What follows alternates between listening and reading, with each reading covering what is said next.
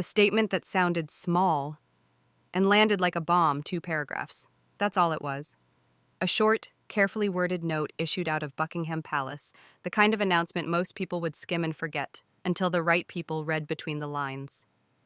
Because tucked inside that quiet statement was a transfer so specific, so absolute, and so pointed that it didn't just shift ownership, it shifted leverage, permanently. Here's the part that makes it linger. It wasn't Sandringham. It wasn't Balmoral. It wasn't Windsor. Nothing obvious, nothing widely discussed, nothing that lives comfortably in public knowledge. This was something older, something deliberately kept out of the light. Something Queen Elizabeth II had reportedly protected for years with the kind of discipline that only makes sense if what you're guarding matters more than money. And when Queen Camilla and her son, Tom Parker Bowles, reportedly realized what had just been placed in Prince William's hands and what had been kept beyond their reach, the mood behind palace doors allegedly turned icy in a way staff don't forget. Not loud chaos, something colder, the kind of fury that doesn't need shouting. Source. Because this isn't just an inheritance story, it's a story about estates and clauses, about private covenants written in ink, sealed in law, and timed like traps, about a monarch who spent decades watching the people around her, and then made one last move that couldn't be argued with. Every estate, every clause, every confrontation, and one question that keeps resurfacing: if this was all unnecessary, why did she build it this way? Now, the secret that doesn't start in 2026. If you want to understand why this transfer hit so hard, you don't start with the announcement, you start with the hiding. Not in 2026, but in 1944, when Britain was still deep in war and the royal family had every reason to think about worst-case outcomes. According to the narrative outlined in the transcript, King George VI quietly acquired a property tucked deep into the Chiltern Hills area, straddling the borderlands between Oxfordshire and Buckinghamshire. It was reportedly called the Cedar Estate. But what mattered wasn't what it was called. What mattered was what happened next. It was designed to disappear. No public registry listing, no ceremonial acknowledgement, no media mention, no neat public story for the country to hold. For decades, it allegedly survived as a whisper, known only to a small circle that treated secrecy like duty. And that's where the script drops its first real hook. Because once you accept the premise of a secret royal estate, you immediately run into the question the transcript keeps pushing the viewer to sit with. Why would a family built on symbolism and visibility keep a place hidden for 80 years? What was inside it that demanded silence? What the Cedar Estate allegedly contained, and why that changes everything. The transcript frames the answer as arriving via internal briefing notes circulated among royal correspondents on the morning of the announcement. Whether or not every item can be independently verified, the story is constructed to feel like an inventory of locked history, a list designed to make you lean forward, a private chapel, reportedly with an engraved memorial vault naming royal family members who served in armed conflict. Archival chambers said to hold 186 oak chests filled with wartime correspondence and confidential communications. A collection of previously undisclosed portraits, including alleged unseen paintings tied to figures like King George VI and Princess Margaret. And the detail meant to stop you cold: sealed audio recordings described as Queen Elizabeth II speaking privately with major world leaders. That's the pivot point. The transcript wants the Cedar Estate to feel less like property and more like a vault of institutional memory, raw, personal, unfiltered. Not a museum built for the public, but a place where the monarchy keeps the parts of itself it never intended to share. And then the script adds the part that makes the transfer feel earned rather than random. It claims Prince William had been visiting the Cedar Estate quietly for years, not for appearances, not for press, not as a guest being shown around, but as a steward, walking the grounds with the Queen, reviewing correspondence, cataloging dispatches, even handling practical preservation work inside archival chambers. Whether you read that as literal truth or narrative framing, the function is clear. It paints William as the one person in the next generation willing to do the unglamorous work, protecting things nobody applauds and no camera captures. And then comes the line the transcript treats like a moral key. He wouldn't just inherit the crown, he would inherit the silence that preserved what the crown depends on, at the legal fortress that made it irreversible. At this point, the story stops being about romance and mystery and becomes about mechanics, because mystery doesn't win fights. Paper does. The transcript says the Cedar Estate was not positioned under the Crown Estate, and not under the familiar structures most people associate with royal holdings. Instead, it describes a private mechanism, a sealed covenant trust, created in 2020 and structured to activate only after specific conditions were met. It's written like a trapdoor. The Queen's funeral concluded, William publicly recognized as bearing institutional responsibility, and then, only then, activation. The key emotional beat here is not the complexity, it's the finality. The transcript's point is that the statement didn't announce a debate, it announced a result. And once that result existed inside a sealed legal structure, it didn't matter who disliked it. Simple words, immediate effect, no room left to negotiate. And that's exactly where the story turns from inheritance to confrontation, because if nobody else had been eyeing the estate, the trust would feel like overkill. So the script introduces what it presents as the real pressure behind the Queen's decision. Persistent internal ambitions, especially from Camilla's circle and from Tom Parker Bowles's commercial orbit. The plans the transcript claims weren't meant to be found. Here, the narration changes texture. It becomes more pointed, more prosecutorial.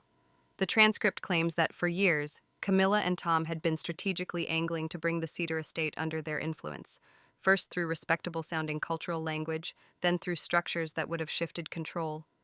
It describes Camilla advocating internally for something framed as a legacy project, a cultural center, curated retreats, literary salons, small tours through the cedar groves, the sort of proposal that can be defended in public because it wears the right words.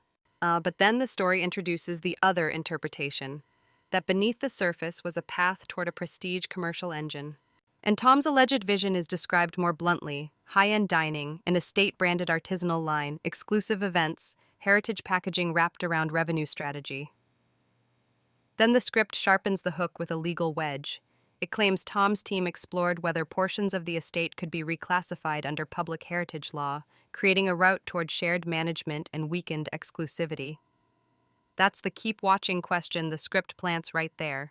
Is that reverence? Or is it a takeover wearing a heritage mask? And just as the viewer settles into that conflict, the transcript does what it keeps doing throughout. It opens a new front. Because the Cedar estate, it says, was only the first battleground. Northacre Hall, the estate Camilla allegedly thought she'd already secured. Next, the transcript shifts to another transfer, one Camilla supposedly didn't anticipate. Northacre Hall, described as a sprawling heritage property with agricultural revenue and licensing potential. The script emphasizes timing, documentation allegedly dated just before the Queen's death, repositioning the estate in a way that allowed a private transfer, outside institutional succession. This is where the transcript leans hard on the image of the Queen as strategist, someone who didn't just own assets, but understood how power moves through them, how control, access, and governance can be tightened or loosened with one classification change. The narrative claims Camilla's camp had also been lobbying around Northacre, again with a public-facing heritage pitch that allegedly masked luxury investment interest and a hospitality-style redevelopment vision. And the payoff line is delivered with quiet cruelty. Camilla believed she had soft-bought the estate through influence, but the Queen outmaneuvered her from beyond the grave. The hook isn't just that she lost. It's that she lost to someone who had already left the board. A campaign of whispers, and the moment pressure turns personal. After Northacre, the transcript describes something subtler than lawsuits: messaging. It claims a quiet campaign of anonymous opinion pieces and back-channel pressure began to circulate, pushing a narrative about generational equity and the idea that the monarchy had overinvested in heritage assets. If that sounds abstract, the script immediately makes it concrete with an allegation: a lease inquiry, an attempt to carve out usable land under the claim it was unused arable tract, denied, shut down, a door closed, and then the transcript gives you a detail meant to feel intimate. It doesn't call Camilla's reaction anger. It calls it something colder: fury at being outflanked by a dead woman.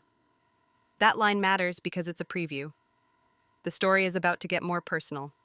Clarence Hill, the covenant that's framed as moral, not financial.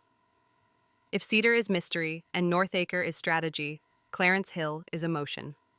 The transcript positions this estate as the Queen's most personal covenant, a place designed to be insulated from politics, scrutiny, and scandal.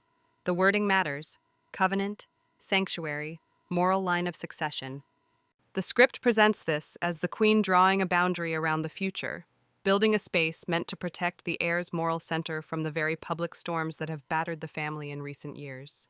In this framing, Clarence Hill isn't property, it's insulation, it's control over environment, it's a place where the future of the institution can breathe without being auctioned to headlines. And then the transcript turns the screw. It claims Camilla learned of this transfer and responded by summoning legal support alongside Tom, because in the narrative, Tom had just taken a reputational hit tied to alleged misuse of royal branding. So Clarence Hill, in this version of events, becomes not sacred ground, but a fresh opportunity. So the transcript describes internal emails and a drafted proposal under a new company name, an attempt to convert the estate into a regenerative luxury brand, boutique hospitality, sustainability language, modern prestige. And that's the hook.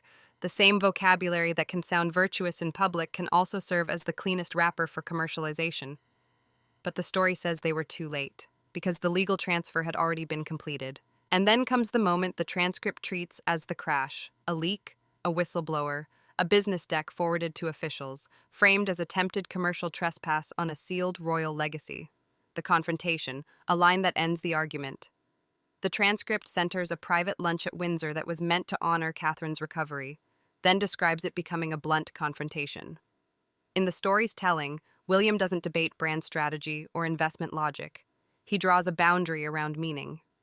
Clarence Hill does not exist to be bottled, branded, or sold. It is sanctuary, and he will protect it as fiercely as he protects his wife and children.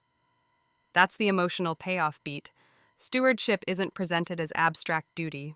It's presented as personal protection. And in the transcript's version, the aftermath comes fast. The company dissolved, public appearances withdrawn, silence replacing spin. No grand press war, just doors closing. Inside the palace, the message is described as unambiguous. There are lines you don't cross, and there are assets you don't touch. But the story isn't done escalating. It moves to the point where ambition, in the transcript, becomes most audacious. Greystone Downs, where the story claims the ambition peaks.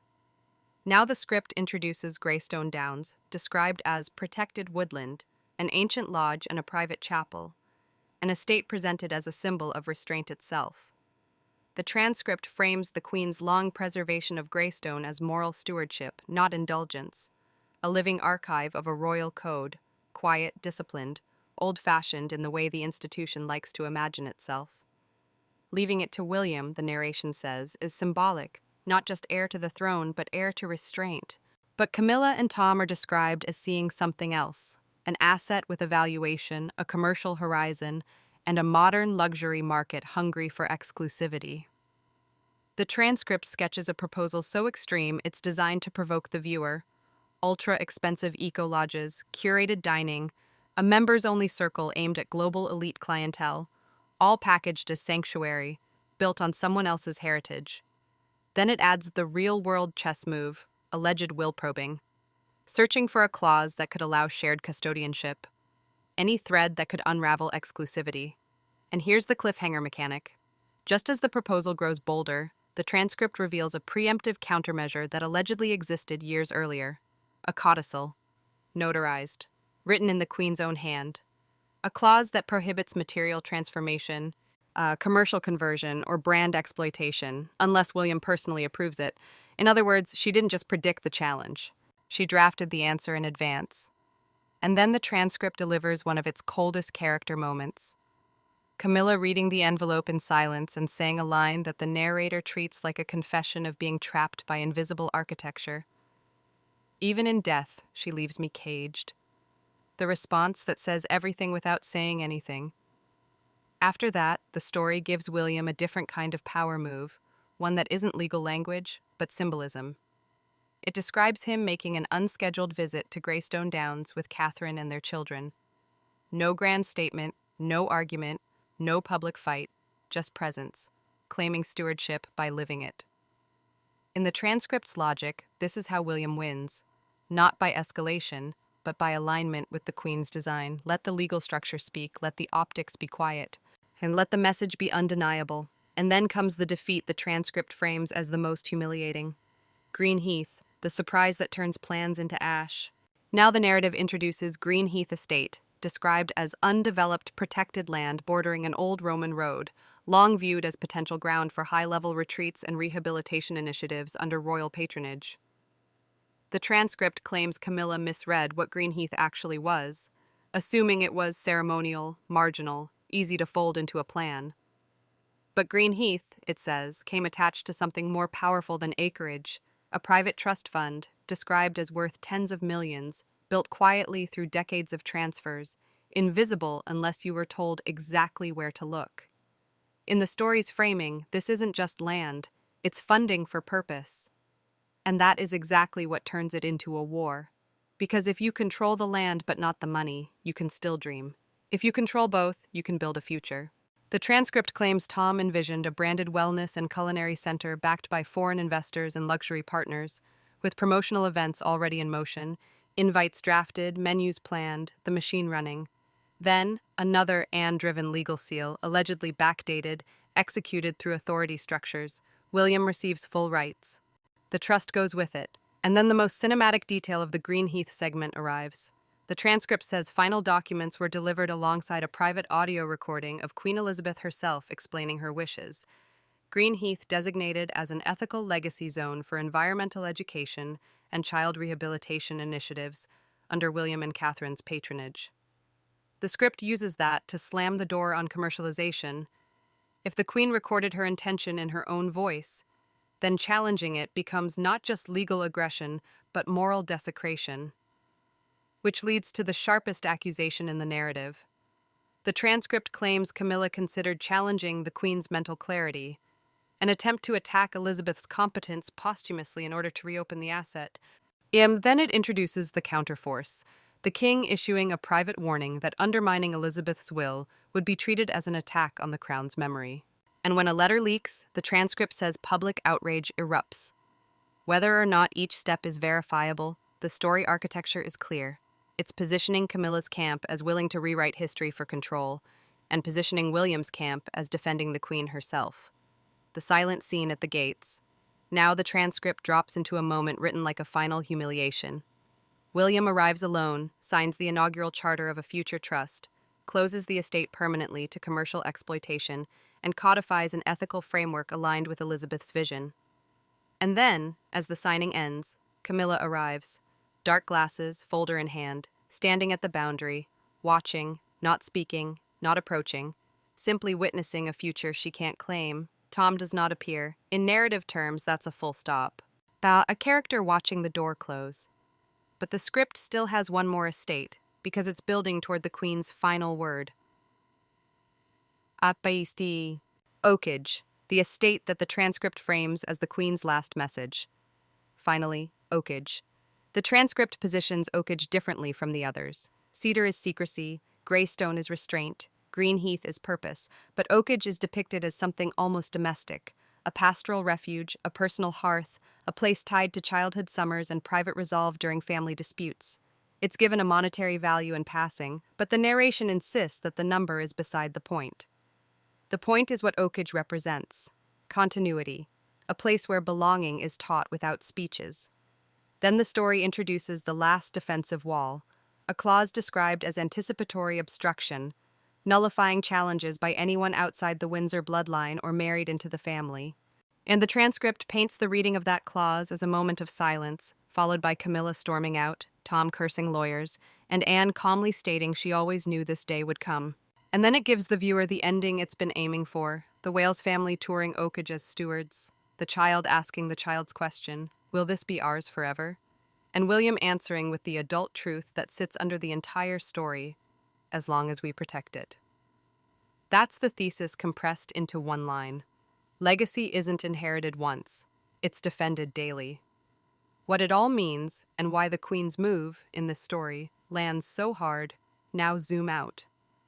Across Cedar, Northacre, Clarence Hill, Greystone, Greenheath, and Oakage, the transcript isn't really telling a story about real estate. It's telling a story about control over the monarchy's future, who gets to define what it is, what it stands for, and what it can be turned into. In the transcript's framing, Queen Elizabeth II didn't simply leave assets to her grandson. And she built him a fortress, not with stone, with structure, estate by estate, clause by clause, activation by activation, a system designed to withstand private influence campaigns, commercial proposals dressed as heritage, legal probes seeking shared control, and pressure that could be applied quietly, out of sight, until it was too late. The transcript's central question, repeated in different forms, is the one it wants the viewer to carry out of the video. Why did the Queen believe this level of protection was necessary? And the answer it offers is blunt. Because within the family itself, she saw people whose priorities were not service or legacy, but positioning, brand, profit, leverage, and the transformation of centuries of heritage into a portfolio.